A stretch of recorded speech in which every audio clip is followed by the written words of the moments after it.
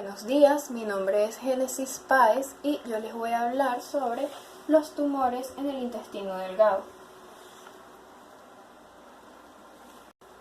Se denomina tumor de intestino delgado a cualquier aumento del volumen del tejido localizado en el intestino delgado,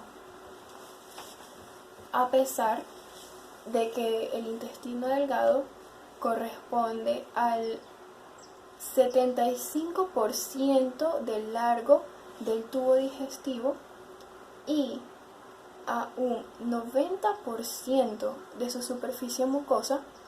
Los tumores, tanto benignos como incluso los malignos, son muy infrecuentes en esta región.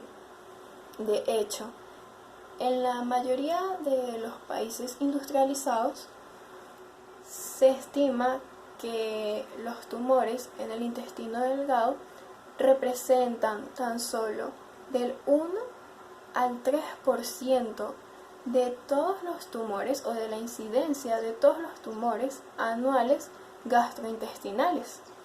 Acá podemos observar una imagen de un tubo intestinal delgado totalmente sano. Factores de riesgo genéticos.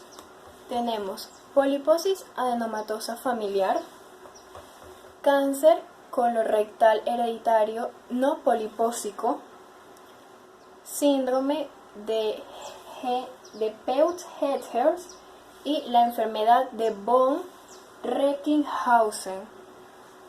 Entonces, luego del colon, el duodeno es el sitio más frecuente de adenocarcinomas. Los pacientes con poliposis adenomatosa familiar tienen un riesgo relativo mayor para desarrollar carcinomas, adenocarcinomas duodenales. En cuanto a cáncer colorectal hereditario no polipósico, el riesgo de desarrollar un adenocarcinoma de intestino delgado en estos pacientes es de 1 a 4%. Esto representa 100 veces el riesgo de la población general. Ocurre a edad más temprana y en realidad tiene mejor pronóstico que los esporádicos.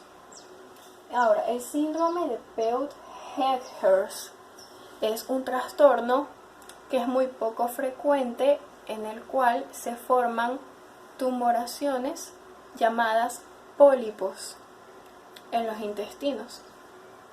Y la enfermedad de von Recklinghausen es una condición autosómica dominante, la cual ha tenido variables expresiones clínicas con manifestaciones que van desde lesiones cutáneas hasta complicaciones ortopédicas que son severas y alteraciones funcionales.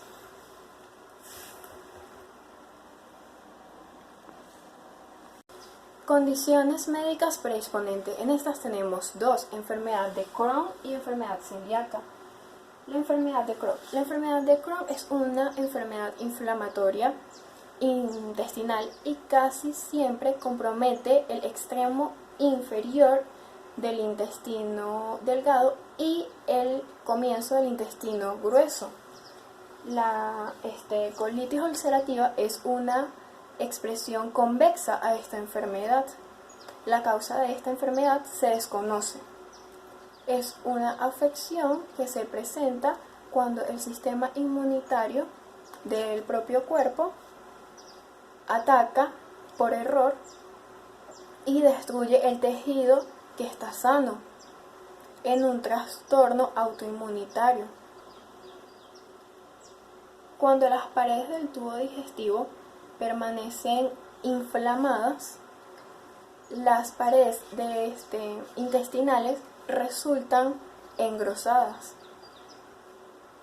el riesgo relativo de desarrollar un adenocarcinoma de intestino delgado en estos pacientes aumenta entre el 15 y más de 100. Generalmente ocurre en el ileón, reflejando la distribución de la enfermedad de Crohn. El riesgo se presenta luego de 10 años de enfermedad. En cuanto a la enfermedad celíaca es una reacción inflamatoria o inmunológica a la ingesta de gluten. Entonces, con el tiempo, esta reacción genera una inflamación y esta inflamación daña el revestimiento del intestino delgado y con esto se dificulta la absorción de los nutrientes. Presentación clínica. Para la presentación clínica es importante saber que el 90% de los pacientes son sintomáticos y 10% son asintomáticos. Ahora vamos con la etiología de los tumores intestinales, la tríada. Para que sea más didáctica lo voy a dibujar acá. Entonces, esta tríada consta de hiporexia. Recordemos que la hiporexia es la pérdida progresiva de las ganas de comer. Vómito y dolores abdominales.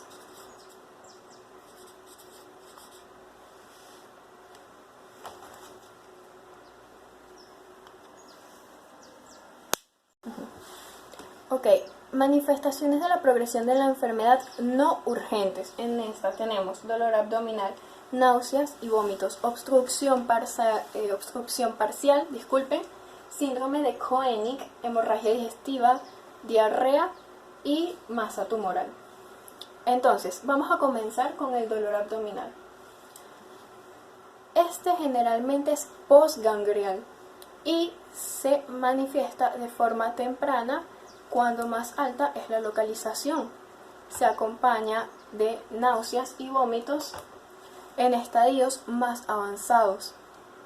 La obstrucción parcial se manifiesta por dolores, cólicos, generalmente postgangreales. Se puede observar el síndrome de Koenig, caracterizado por su distensión localizada, de dolor, vómitos, borborismos y mejoría cuando los gases logran sobrepasar la estenosis. Ahora, la hemorragia digestiva. La hemorragia se presenta en lesiones ulceradas, como se observa en los leiomiomas o en los hemangiomas. Cuando no se acompaña de obstrucciones, su diagnóstico puede ser difícil. En estos casos, el tránsito varitado del intestino delgado puede ser negativo y la arteriografía selectiva de la mesentérica superior puede tenerlos de manifiesto. Ahora, vamos con la diarrea. La diarrea es otra manifestación sintomática, aunque ella no es muy frecuente. Puede estar desencadenada por la pululación de gérmenes en el intestino subobstruido o por fístulas las cuales están contaminadas. Ahora, la masa tumoral, el último punto. Muchas veces es el síntoma revelador. 5% de los tumores benignos y 20% de los malignos también tienen alteración del estado general. En los tumores malignos vemos anemia, pérdida de peso, anorexia, fiebre, por algunas linfomas o tumores infectados.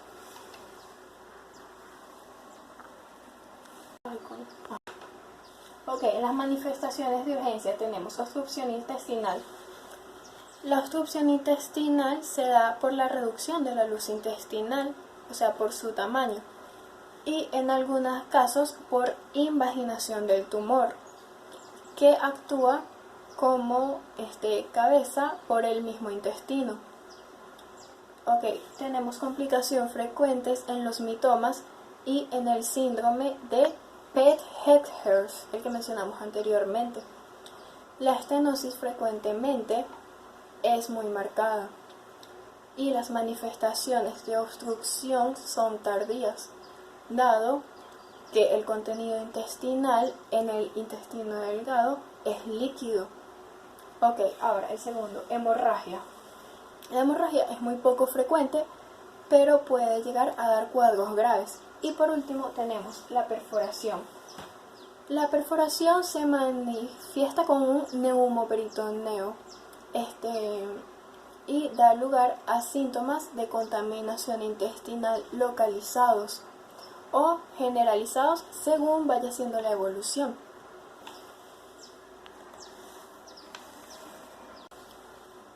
Ok, clasificación. Los tumores se clasifican en benignos y malignos. Tenemos en los benignos adenomas, leiomas y lipiomas. Y en los malignos adenocarcinoma, sarcoma y carcinoide.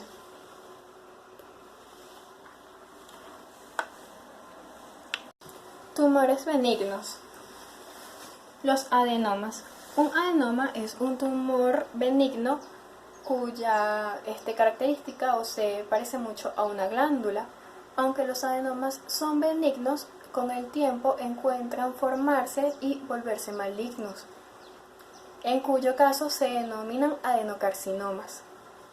La mayoría de los adenomas no se transforman, pero incluso cuando son malignos tienen el potencial de causar graves complicaciones cuando no son malignos, al comprimir otras estructuras.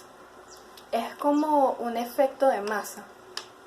Y al producir grandes cantidades de hormonas de una manera no regulada, independientemente de la retroalimentación, pues esto causa efectos. Causa síndromes paraneoplásicos. Algunos adenomas son demasiado pequeños, son demasiado chiquitos para ser vistos macroscópicamente, pero aún así pueden causar síntomas clínicos. Representan el 20-25% de los tumores benignos. Pueden ser pequeños y llegar a medir varios centímetros. Su aspecto puede ser sésil o pediculado.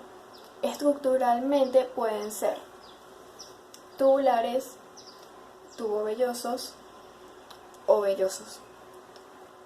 Ahora, en el caso de las imágenes que presentamos a continuación, tenemos la primera imagen, uno velloso. En la segunda imagen, un túbulo velloso. Y en la tercera, un tubular. Listo. Hay que descartar que no sea una manifestación de poliposis adenofamiliar. El tratamiento ante esto es siempre la resección. O en algunos casos seleccionados pueden estar al alcance de un tratamiento endoscópico. Los adenomas se pueden localizar en cualquier parte del intestino delgado, aunque su localización más frecuente es el duodeno o el ilión. Estos tumores representan una tercera parte de todos los tumores benignos del intestino delgado.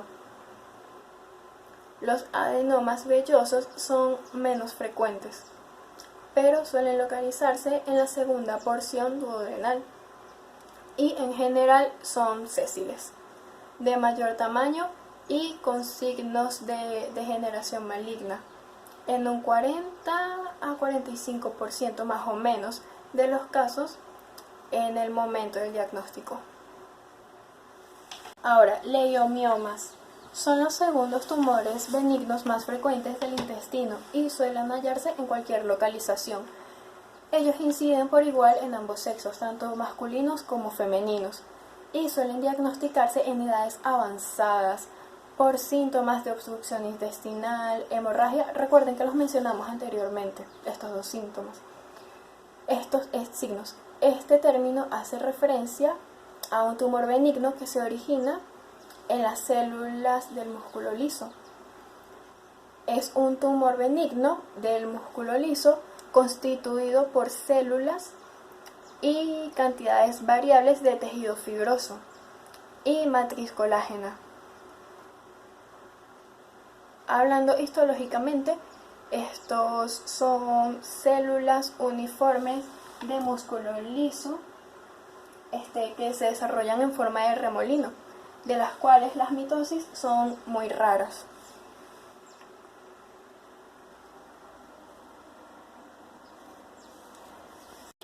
Los lipomas representan del 8 al 20% de los tumores benignos del intestino delgado, y estos se localizan previamente en el ilión. Su tamaño en el momento del diagnóstico suele ser grande, y los síntomas son similares a lo de los otros tumores que acabamos de mencionar anteriormente. Cuando son asintomáticos no se deben extirpar ni tratar. Entonces, este es un tumor de tejido blando benigno, con nódulos subcutáneos blandos de adipocitos, o sea, células grasas de crecimiento lento. La piel supraadyacente es de apariencia normal. Corresponde al tumor de tejidos blandos más común en los adultos, y histológicamente los tumores están circunscritos, encapsulados y compuestos de tejido adiposo blanco maduro. Acá los lipomas son firmes y algo nodulados a la palpación. Acá una imagen un poco más cerca, acá un poco. Muy bien, ahora vamos a lo referente a los tumores malignos. Muy bien, adenocarcinomas. En algunos casos hay patologías que favorecen su desarrollo: poliposis familiar, síndrome de Jett-Herbert, las que hemos mencionado anteriormente. Los adenocarcinomas representan aproximadamente del 30 al 50% de los tumores del intestino delgado. Se ubican en el duodeno en un 40%, en el yeyuno un 40% también, y en el ilión ahí sí es un 20%. La mayor incidencia está entre los 60 y 70 años de edad, con una leve predominancia en el sexo masculino. Probablemente la histogénesis sea a través de las secuencias adenocarcinomas, al igual que en el colon, por lo cual el precursor más importante lo constituye la presencia de pólipos adenomatosos únicos o múltiples. Situación que se da en síndromes polipósicos familiares. En cuanto a la genética, se puede decir que hay diferencias y similitudes con respecto a la patogenia del cáncer colorectal, aunque la mutación a RAS y la sobreexpresión del gen P53 parece ser tan frecuente en los adenocarcinomas de intestino delgado como de los del colon. La mutación del gen supresión APC, que es característico del cáncer de colon, no ocurre frecuentemente en los adenocarcinomas del intestino delgado. Este tumor suele afectar a un segmento intestinal corto y su crecimiento suele ser anular, y con frecuencia causa estenosis e ulceraciones. Los síntomas más frecuentes se derivan de la presencia de las obstrucciones intestinales y de la hemorragia macroscópica u oculta. los adenocarcinomas duodenales localizados en la proximidad de la ampolla de Backup pueden causar a su vez ictericia obstructiva, clínicamente indistinguible, de la causada por los tumores poriompulares. Ok, ahora vamos con los sarcomas. Estos son tumores malignos de origen diverso. El más frecuente es el GITS, que representa el 83 a 86% de los casos. El 80% de los GITS presentan mutaciones activadoras en el perito oncogen KIT, KIT, se deletrea KIT. Esto conlleva una sobreexpresión del S-KIT, un receptor tirosina quinasa que se puede detectar mediante inmunohistoquímica. Estos tumores presentan una apariencia morfológica muy similar al miosarcoma, en lo que antes de identificar los GITS, por sus características moleculares, fueron muy a menudo confundidos. Los GITS se localizan mayormente en la pared del yeyuno y del ilion y suelen presentarse en forma de dolor, pérdida de peso, hemorragia, perforaciones, masas palpables. Teniendo en cuenta su crecimiento, suele ser extraluminar. No suelen presentarse en forma de obstrucción, no suelen hacerlo, y se presentan por igual frecuencia tanto en hombres como en mujeres, en ambos sexos. Y suelen diagnosticarse entre la quinta y séptima década de la vida. Por lo general, los GITS son tumores de gran tamaño, con tendencia a ulceraciones centrales. Acá podemos observarlos. Ok, los carcinoides se desarrollan a partir de las células enterocromáciles de las criptas Liobertling. Son neoplasias de bajo grado de malignidad que, juntos con los adenocarcinomas, constituyen los tumores malignos más frecuentes del intestino delgado. Incluso, de hecho, en los últimos años se ha evidenciado un incremento grandemente notorio en la prevalencia de estos tumores, de forma en la que en algunos casos llega a superar a la de los adenocarcinomas. Su localización más frecuente es de los 60 centímetros distales del ilion, el apéndice y el recto. Aunque también pueden localizarse en el esófago, estómago, colon, páncreas u órganos extradigestivos, como lo son los ovarios y los pulmones.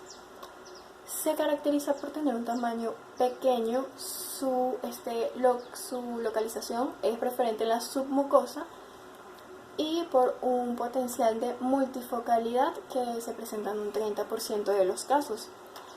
Él tiende a infiltrarse en la pared intestinal, llegando a afectar la serosa y provoca una marcada reacción desmoplástica.